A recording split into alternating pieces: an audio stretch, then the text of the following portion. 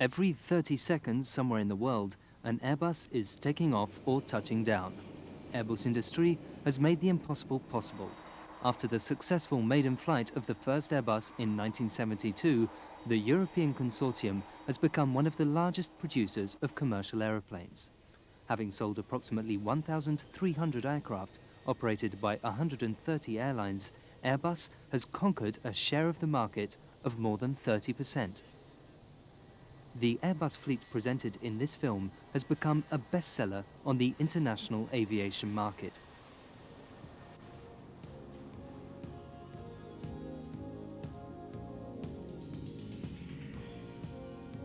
Today, the Airbus fleet is composed of 7 aircraft types and a total of 10 variants. The palette on offer ranges from small short-haul jets with 124 seats to long-distance wide-bodies with operating ranges of 7,500 nautical miles.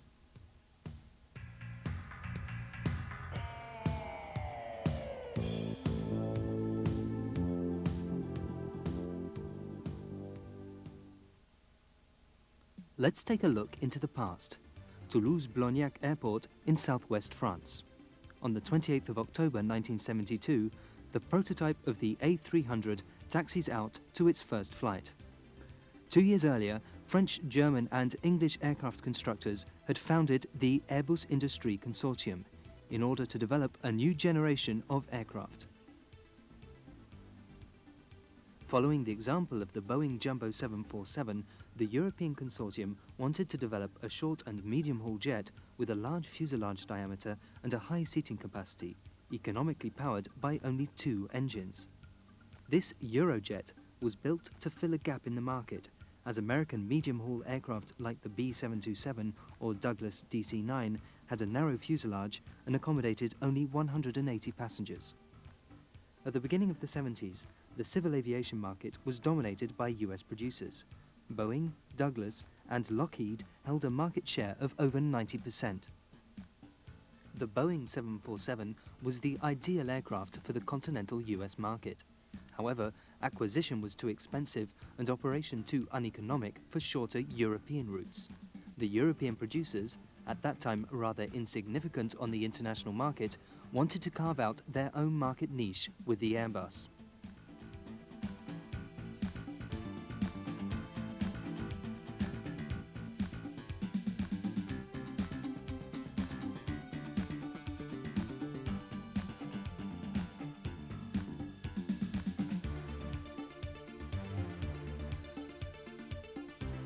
Two prototypes of the 51-metre A300B were built. At the request of the first customer, Air France, the fuselage was stretched by 2.6 metres to 53.6 metres and the seating capacity increased to 251. This B2 version had a wingspan of about 45 metres and a fuselage diameter of 5.6 metres.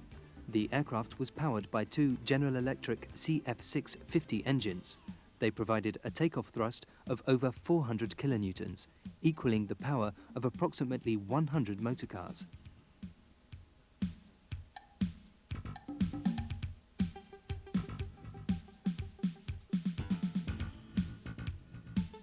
This B2 version with a classic 3-crew cockpit was finally manufactured in serial production and was certificated for scheduled service in March 1974. On the 15th of April 1974, Air France was the first airline to put the Airbus A300 into service on its Paris to London route.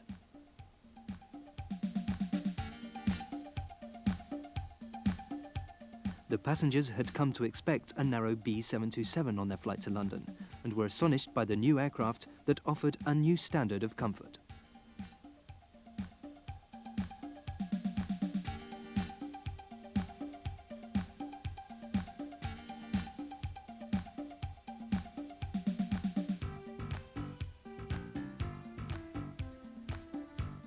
The Airbus 300 was powered by 2 General Electric CF650 engines, as the engines Airbus had originally chosen, Rolls-Royce's RB207, had not been available in time.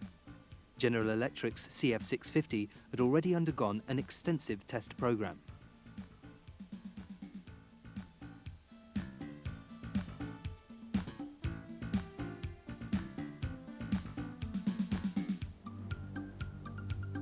A US Air Force B-52 long-range bomber was also borrowed for the flight test program.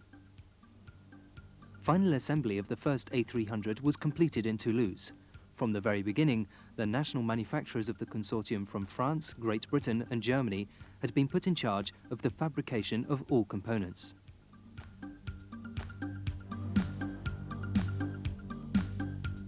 Then as now, the wings have always been built by British Aerospace.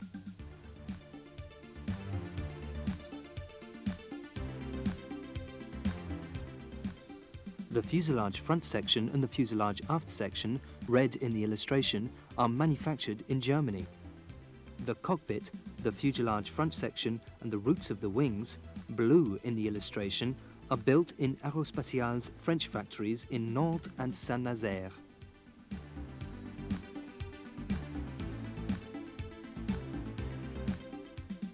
The wings and the fuselage sections for the first Airbus models were transported across Europe by a Boeing 377 Stratocruiser. This unusual aircraft was converted into a high-capacity Super Guppy carrier for the US Space Authority NASA for the transport of rocket parts. Airbus bought 2 Guppies in the USA and obtained a manufacturing permit for 2 more transporters to be built in France. Since 1983, Airbus has been operating these 4 transporters with their 34-metre long and almost 10-metre high load bays for the transport of aircraft components weighing up to 24 tons. The sections delivered by the Super Guppies are finally assembled in Aerospatiale's huge assembly hall in Toulouse. Various models have been developed from the basic version, the A300B, the B2-100 for short-haul routes, the B2-200 with a higher range, the B4-100 for medium-haul operation, and, last but not least, the B4-200 for transcontinental routes.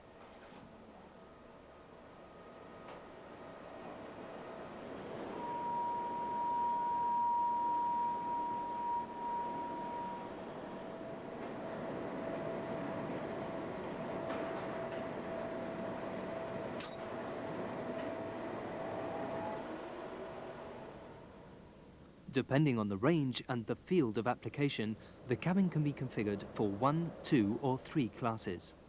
The seating density is variable and seats 200 to 345 passengers.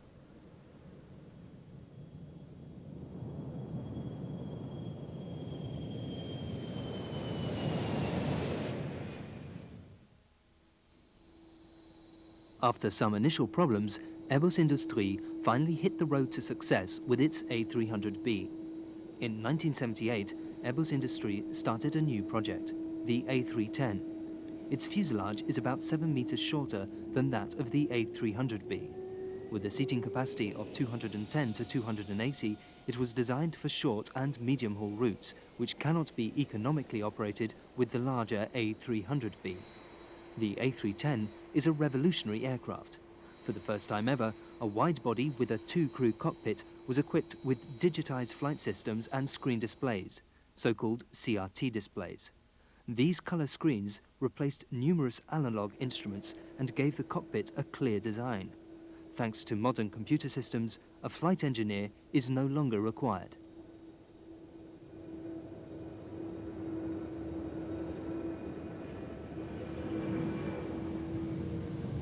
The A310 is powered by 2 turbofan engines, each providing a takeoff thrust of 220 kilonewtons, enough power for a maximum takeoff weight of almost 140 tons. The fuselage has a length of 47 meters, and the new, aerodynamically improved wings have a span of almost 44 meters.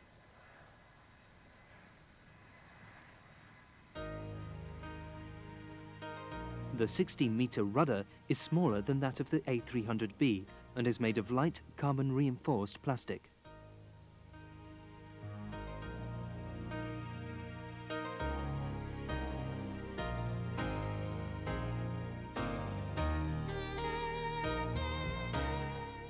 For the first time, the airlines could choose between 2 different engines for the A310, General Electric's CF680 and Pratt & Whitney's PW4000.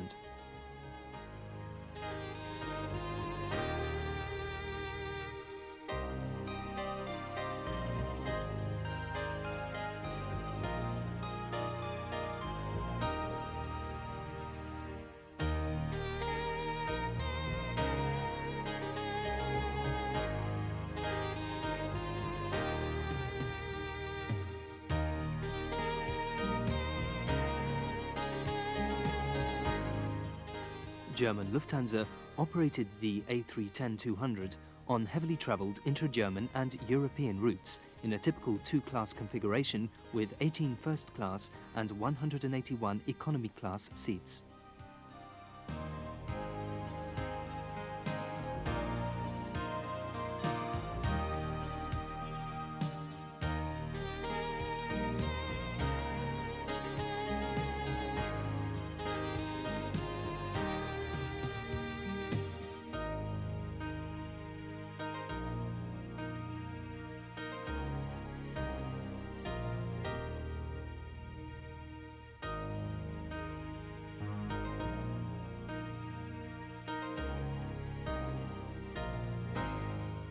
Airbus raised the cabin floor and established a fuselage diameter that enabled the A310 to accommodate the standard LD3 containers used worldwide.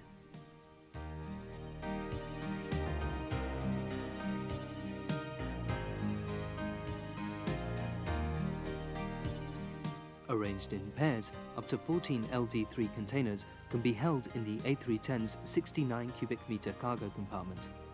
As almost every airport in the world provides transport facilities such as conveyor belts and elevating trucks for these containers, they can be dispatched quickly on the ground.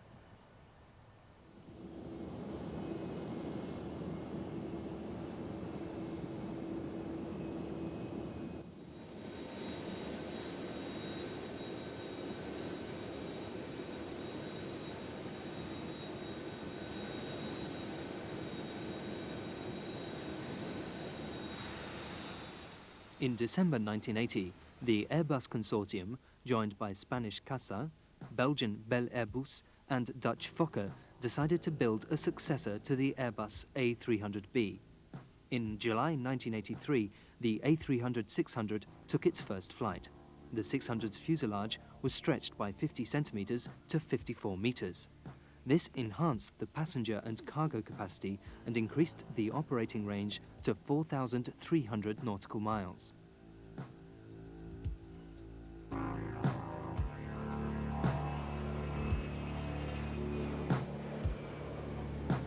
The A300-600 cargo version, designed to carry a maximum load of 50 tons, is built in the Dasse final assembly line in Hamburg, Germany. Federal Express, one of the largest transport companies for express cargo and parcels in the world, has added this windowless A300-600 cargo version to its worldwide cargo transportation fleet. The Airbus A300-600 was equipped with the same revolutionary two-crew cockpit, computer systems and color screens as the A310.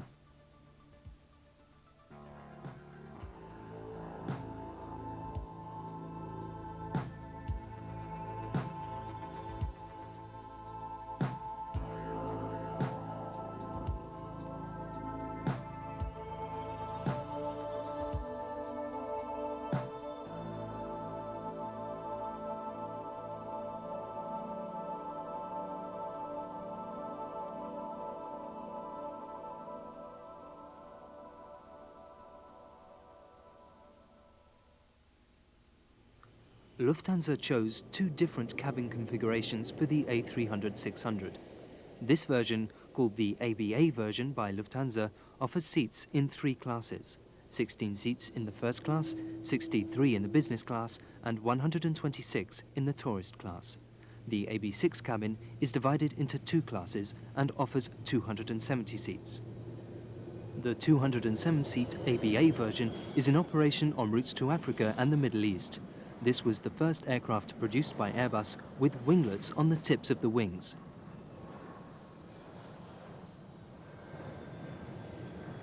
These little auxiliary stabilizers improve the overall aerodynamics and reduce vibrations at the wing tips.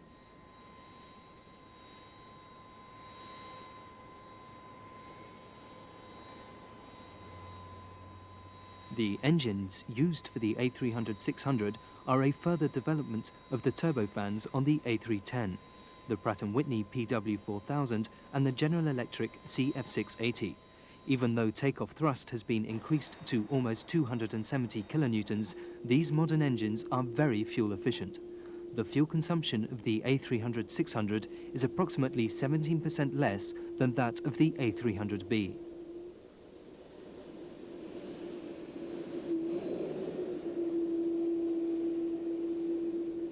The tanks of the A300-600 have a capacity of 16,400 US gallons. This enables the aircraft to fly 3,700 nautical miles non-stop.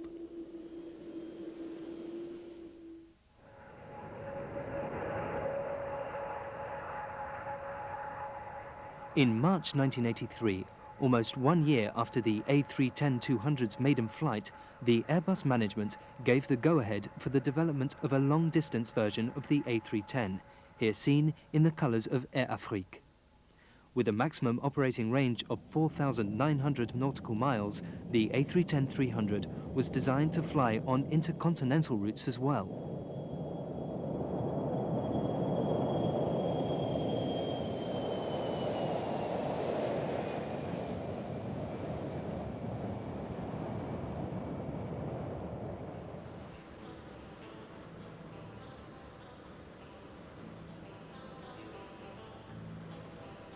Depending on the configuration, the A310-300 seats 164 to 220 passengers. Two different engines, made by Pratt & Whitney and General Electric, are available for the A310-300.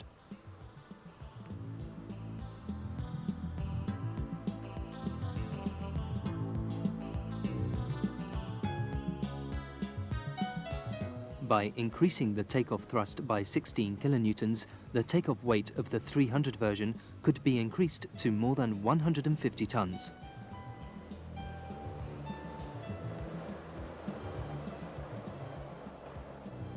The newly developed aircraft, which had its maiden flight in July 1985, showed a number of innovative technical features.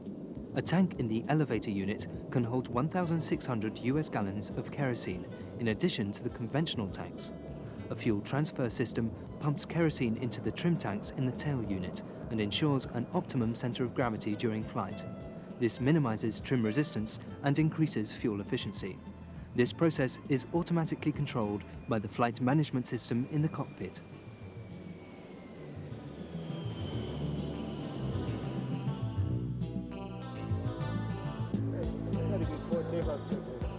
Before takeoff, cabin report. Received. Checks. On engine. Auto brake. Maximum. Before takeoff, check this comes in. An A310-300 takeoff as seen from the cockpit.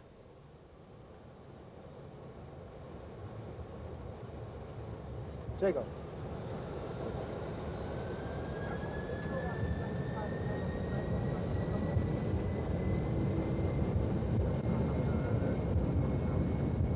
Takeoff power set. 90. 90.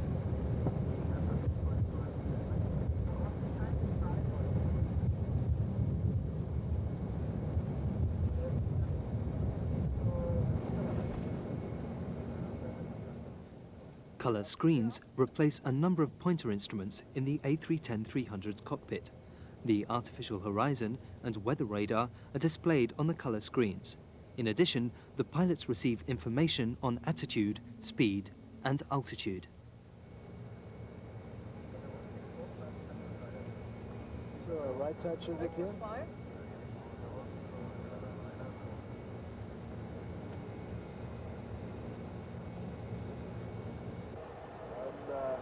Lass mal den Sender mal nach vorne laufen.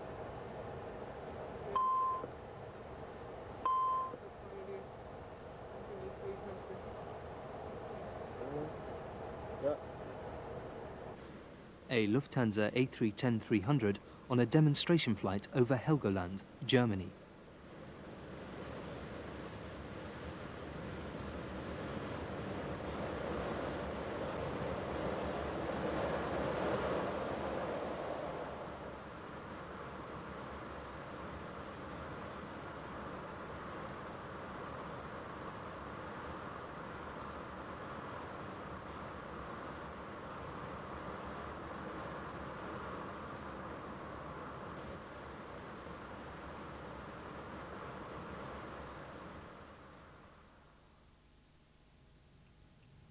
The spacious cabin of the long-range wide-body offers maximum comfort in the first and business class. Thanks to the wide cabin, the passengers in the tourist class with denser seating feel comfortable too. While the passengers relax, work or enjoy being spoilt, the Airbus carries them safely across the oceans. On intercontinental flights with the twin-engine jet, special safety regulations have to be taken into consideration. The ETOPS, the Extended Twin-Engine Operations Rules, state that in case of engine failure, twin-engine jets on transoceanic flights have to be able to reach an emergency landing field within a certain period of time. Originally, this ETOPS time was set at 60 minutes. This meant that on flights from Europe to the USA, detours had to be flown over Iceland and Greenland. Thanks to the A310's engine's reliability, the ETOPS time was extended to 180 minutes, meaning that in the unlikely case of engine failure, the crew has to reach an emergency landing field within 3 hours. The North Atlantic routes for the A310-300 are the same as for the quad-engined Boeing 747, the only difference being the higher operational efficiency of the Airbus.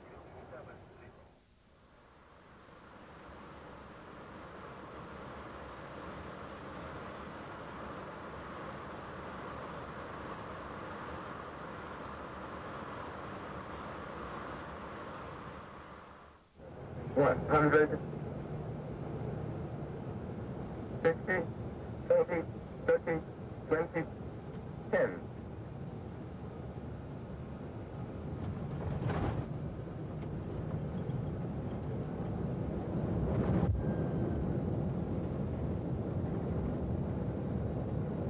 I don't know how 80.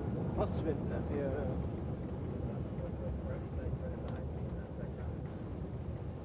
Fixing into the high speed and going for Summer 1988, Paris. French President François Mitterrand and high-ranking members of his cabinet were invited by Airbus Industrie to participate in a sightseeing flight over Paris. They were on board an entirely new aircraft featuring many technological innovations, the Airbus A320.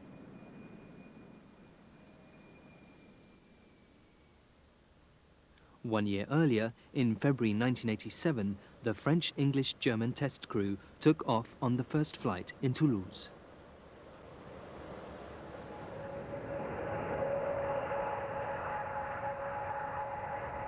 Unlike the wide-bodied A300 and A310, the A320 is a narrow-body, the first in the Airbus family, with the distinctive feature of a single-aisle cabin.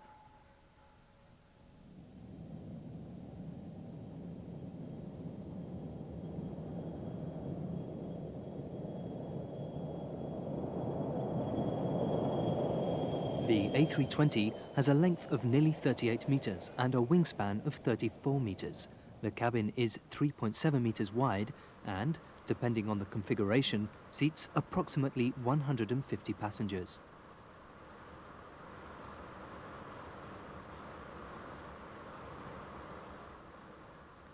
The oil crisis and the economic turmoil in the late 70s and the early 80s led to a decline in passenger numbers. However, management and engineers clung to their plan to develop a small, short and medium-haul aircraft, in addition to the wide-bodies. Airbus managers were convinced that the world economy would sooner or later recover, and that this would be the time to meet the demand for an economical aircraft with a seating capacity of about 150. They were right. More than 250 orders were placed and 150 letters of intent were announced even before the Airbus 320 took its first flight, unprecedented in the history of civil aviation.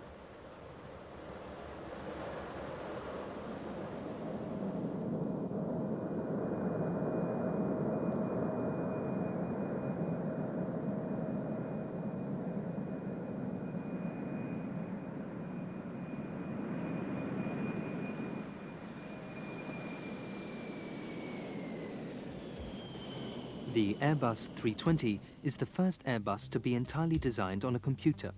After simulation tests had been completed, design sheets for the assembly of the aircraft were drawn according to the computer data.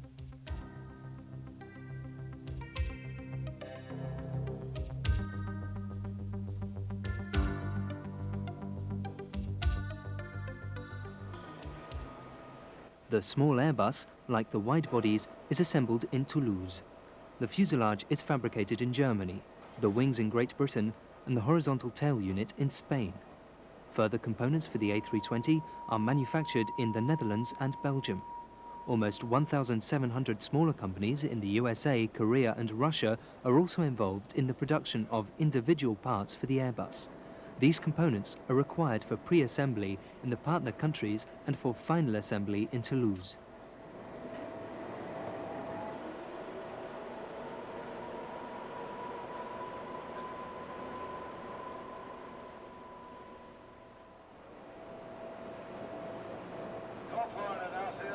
For a power plant, airlines can choose between General Electric's CFM 56-5 and International Aero Engines V2500, which offers fuel consumption savings of almost 20% compared to a similar thrust turbofan.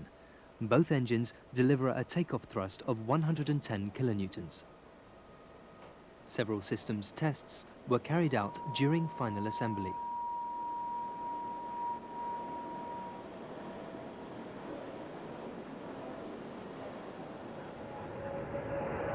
After the successful maiden flight, the A320 had to pass another 1,000 hours of test flights. They were required in order for the aircraft to be certificated for scheduled service. Data obtained during these test flights were transmitted to ground control in Toulouse via satellite. In the control center, every second of the test flight was recorded and analyzed. The pilots of the A320 are sitting in an all-new 6-screen cockpit. Computer screens display all information and data on navigation, systems and engines. The A320 is the first aircraft to fly without a control column for control of the ailerons and rudder. Airbus introduced a side-stick controller. 100. Check.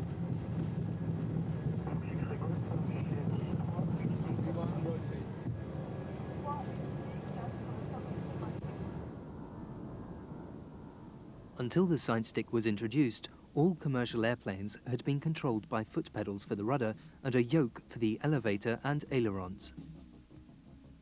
A yoke is directly linked with the control surfaces via chains, cable lines and servo control.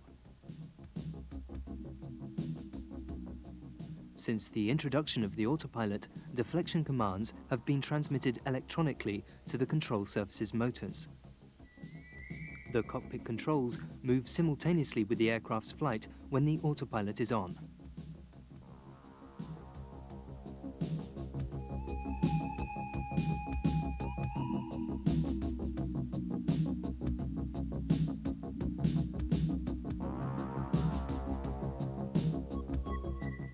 The Airbus A320 is even more sophisticated. There is no mechanical connection between the side stick and the control surfaces. The electrical signals for the deflection of the control surfaces are transmitted by wire. This is why this technique is referred to as fly-by-wire. The bulky yoke has become redundant. The small side stick is sufficient for the input of signals. Another great advantage of this technique is that a lot of weight can be saved by replacing mechanical control lines with cables.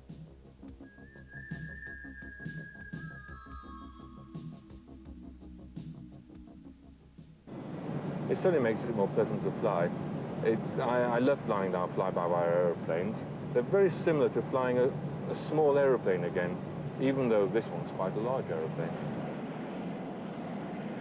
Now we have electric signaling, and I'm back to my small side stick, which I move with my fingertips, just like that.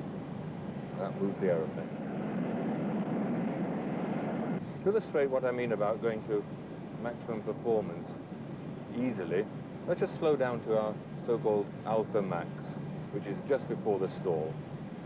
First of all, I need to reduce the engine thrust. Then the aeroplane slows down, and still with quite light forces, I pull the stick fully back, and I keep pulling it back. There we are. It's going back towards 100 knots. And now all I'm doing is holding the stick fully back, and the aeroplane will stabilize just above the stall.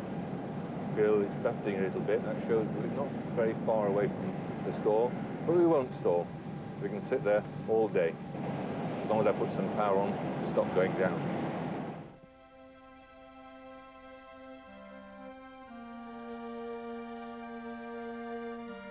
To this day, many airlines all over the world have chosen the twinjet Airbus 320 for its innovative technical features, its outstanding flight characteristics, and its cost efficiency.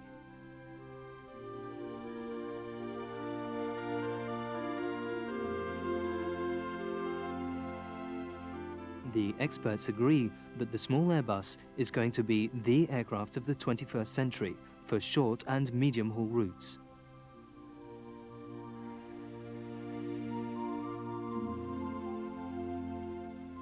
Even US carriers, who used to place orders with Boeing and McDonnell Douglas, have turned to the Airbus 320.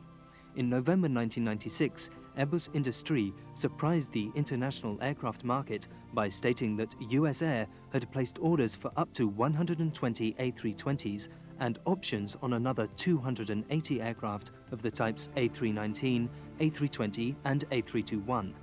This was probably the most significant order ever placed in the history of civil aviation, totaling some $18 billion.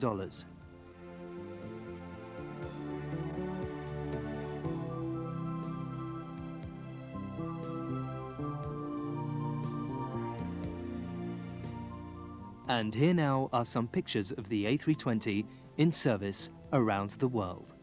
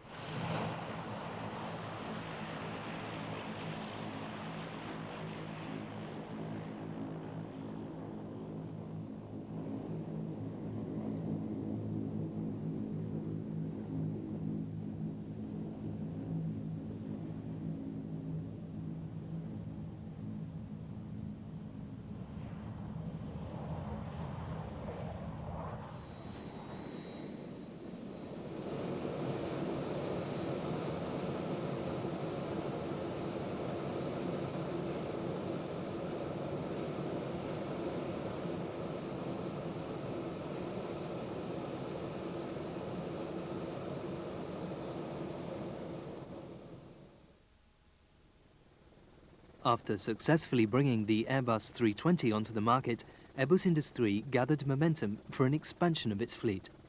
In December 1987, the A300-600R, a model based on the A300-600, had its first flight.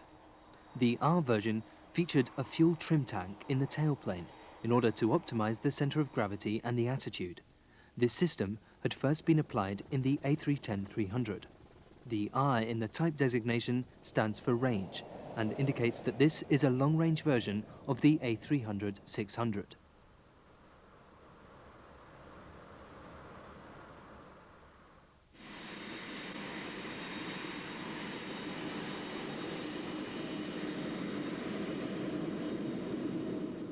With approximately 19,300 US gallons in the wing and trim tanks, the Airbus A300-600R has a maximum takeoff weight of over 170 tons. It accommodates 270 passengers and can operate on routes of up to 4,400 nautical miles non-stop.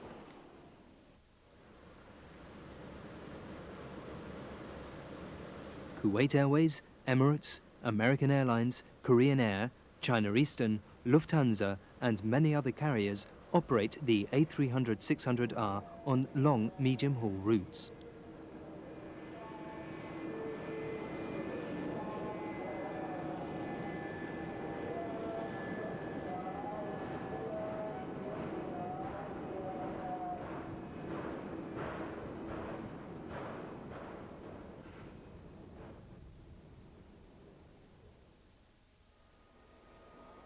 The Aerospatiale plant in Toulouse at the beginning of 1991. The Airbus family is extended by the addition of a wide-body much bigger than its predecessors, the A300 or A310. The Airbus 340 was the first four-engined aircraft built in Toulouse. The 180-minute ETOPS time does not apply to the long-haul wide-body quad. It can be operated on long-distance flights without any restrictions. The A340 had its maiden flight in October 1991 and passed an extensive flight trials program in order to be certificated.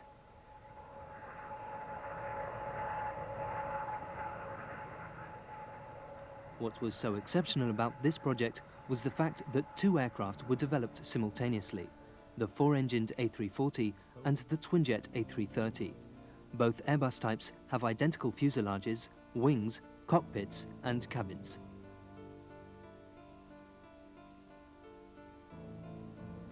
At the time the largest Airbus ever, the A340 had a length of almost 64 meters and a wingspan of approximately 60 meters. The circular fuselage, with a diameter of 5.64 meters, has the same diameter as the fuselage on the A300 and A310. The power plant on the A340 is either the General Electric CFM56-5 or the Pratt & Whitney PW4000. Takeoff thrust ranges from 130 to 150 kilonewtons.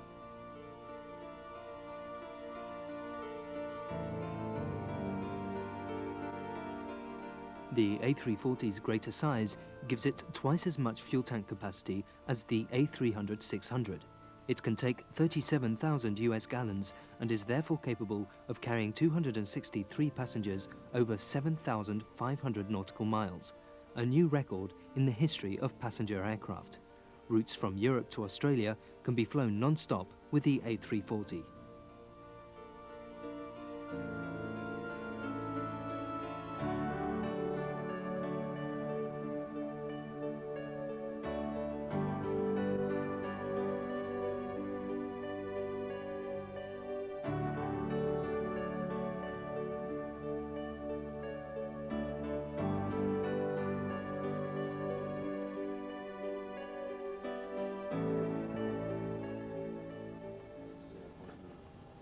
Like the A300-600 and the A310, the A340 has a two-crew cockpit. 8 screens display all the important flight data. The number of conventional pointer instruments has been reduced to a minimum. The first class is very luxurious.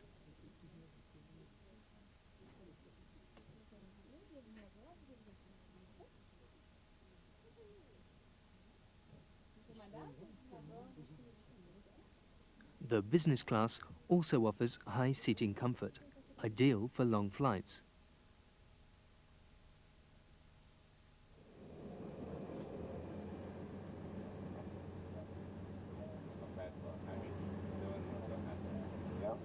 Oh, yeah, good job time.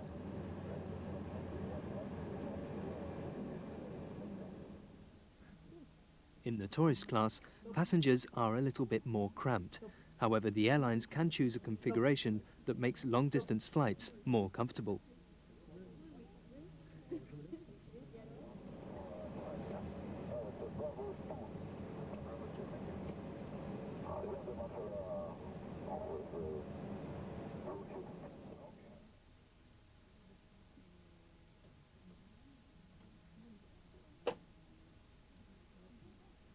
The Airbus 340 comes in two different lengths. The fuselage of the 200 version is 59.4 meters long and accommodates 263 passengers. With an average cruising speed of 470 nautical miles per hour, it has an operating range of 7,500 nautical miles.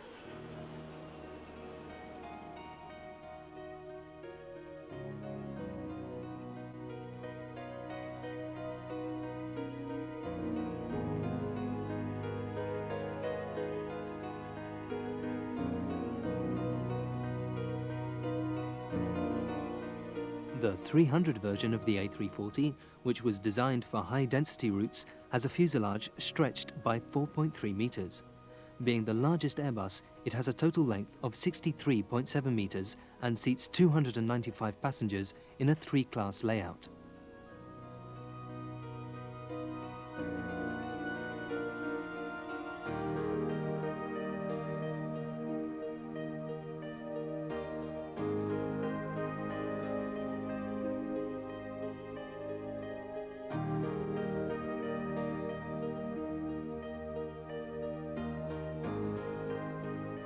On the 23rd of October 1992, the A340 set a new record. In 16 hours and 22 minutes, it flew from Toulouse to Perth, Australia, non-stop on a 7,500 nautical mile route. After touchdown in Perth, the pilots were astonished to see that the remaining fuel would have been sufficient to carry on as far as Melbourne.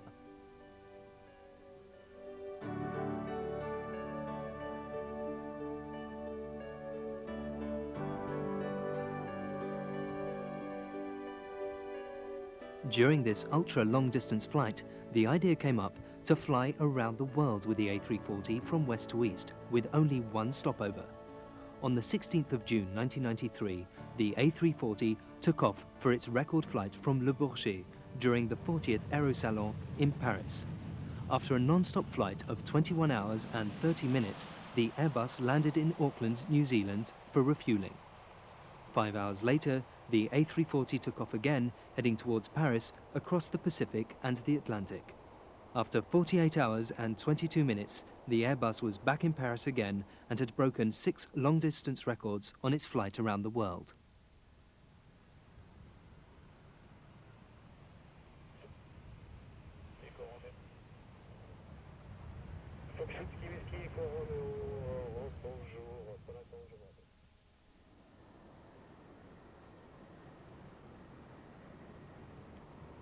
The A330 and the A340 were developed simultaneously by Airbus. In November 1992, the modern twinjet A330 had its first flight. Apart from the number of engines, the A330-200 and the A340-300 are identical.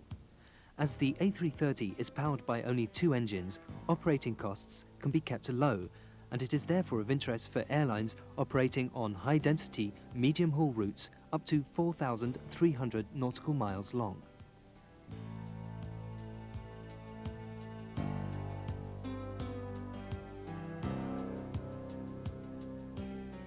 Pilots who have trained on the A330 or the A340 can always fly the other model as well, as the cockpit and the flight systems are identical.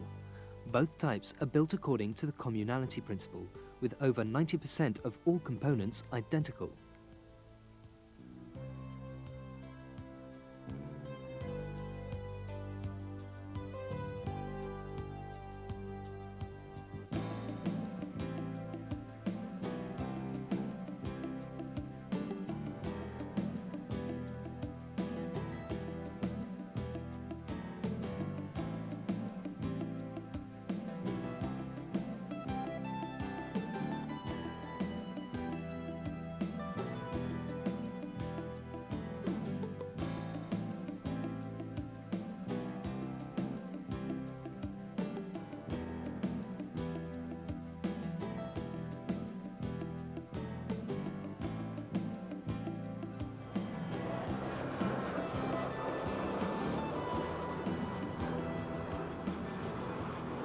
Unlike the A340, the lighter A330 is not equipped with an additional undercarriage in the fuselage center section.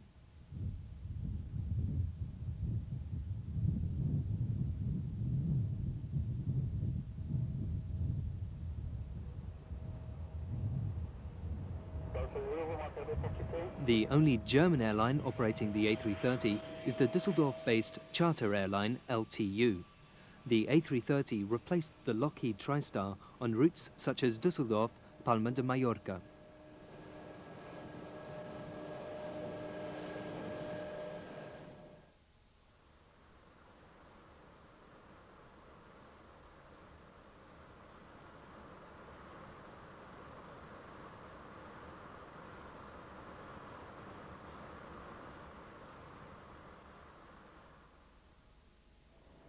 (1993), Hamburg, Germany. One of the most significant changes introduced with the A321 was in the production system, which saw final assembly allocated to Daimler-Benz Aerospace's Airbus site at Hamburg, the first time since World War II that a passenger aircraft was assembled entirely in Germany.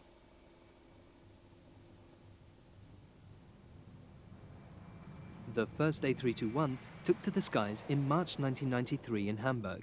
It was tested for 4 hours and 40 minutes over the North Sea by the German Airbus test pilot Karl Nagel and his crew. The A321 is a member of the A320 family, the cabin of which, unlike the wide bodies, features a single-aisle configuration. Compared to the A320, the A321's fuselage was stretched by 7 meters to 44.5 meters, and the seating capacity increased to 186 passengers. Depending on the seating configuration, the A321 can even accommodate 220 passengers.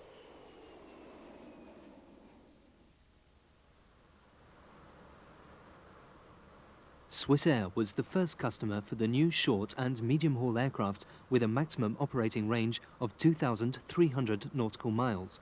Just like the A320, the A321 is equipped with digital avionics, a carbon rudder unit, and fly-by-wire control.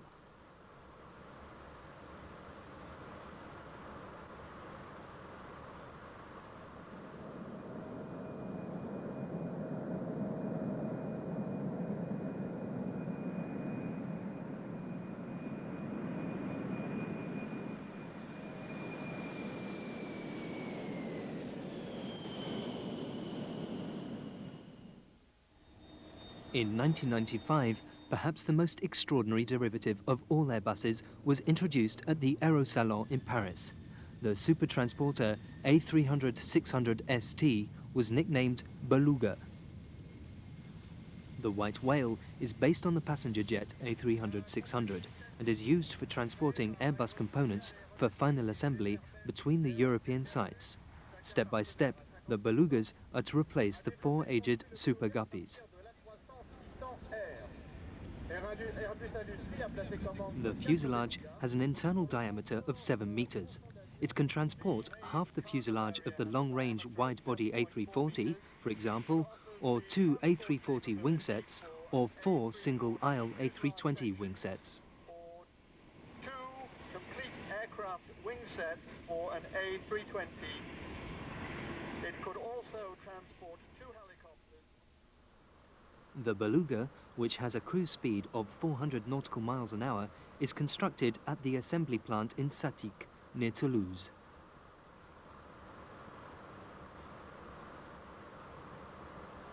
The huge cargo compartment can take up to 45 tons of freight, with the maximum takeoff weight of more than 150 tons.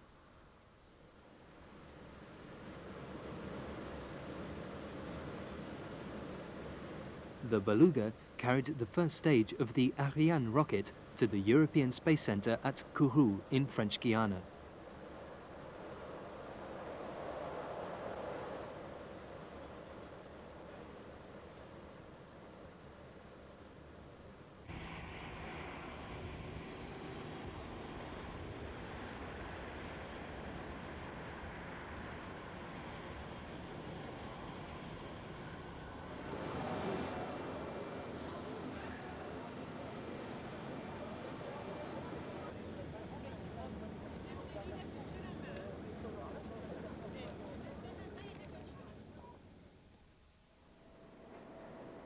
The standard body A319 is the latest extension of the Airbus family.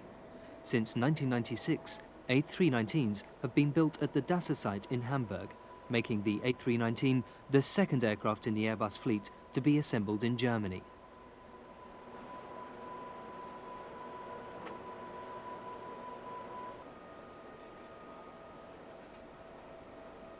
The A319 is the short version of the A320. The fuselage, which is 3.76 meters shorter than that of the A320, has a length of nearly 34 meters.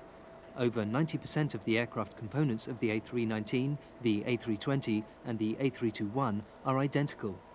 The standard bodies of the three aircraft are built according to the communality principle. Pilots who obtain their type rating on one of the three models can fly the other versions as well. They can thus be easily employed on both wide bodies and narrow bodies, a great advantage for the airlines. The Airbus A319 had its first flight in August 1995. Being the smallest aircraft in the fleet, it seats 124 passengers, or, with a higher seat density, up to 145 passengers. Swissair was the first customer to buy the A319, which it now operates on intra-European routes.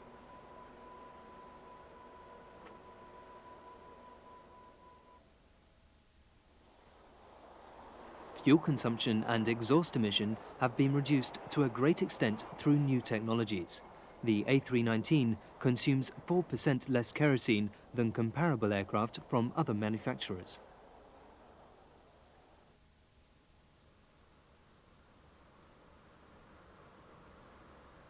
German Lufthansa has also put the little Airbus into service and operates intra-German and European routes of up to 3,200 nautical miles, which cannot be economically served by larger aircraft due to low passenger numbers.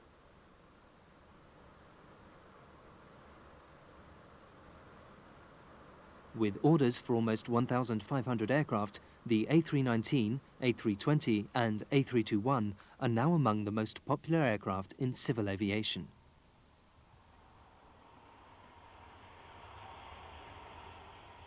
In Toulouse and at the planning departments of the Airbus partners, engineers are developing future models already.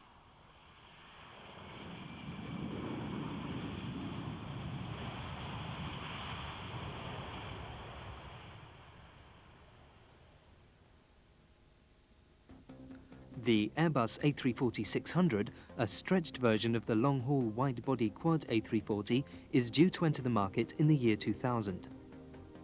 A shortened A330, the A330-200, is already on offer to airlines. It will seat up to 300 passengers on routes of up to 6,300 nautical miles.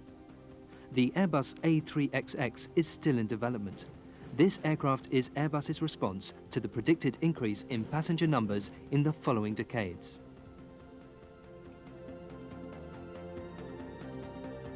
The project is only due to be completed after the year 2000.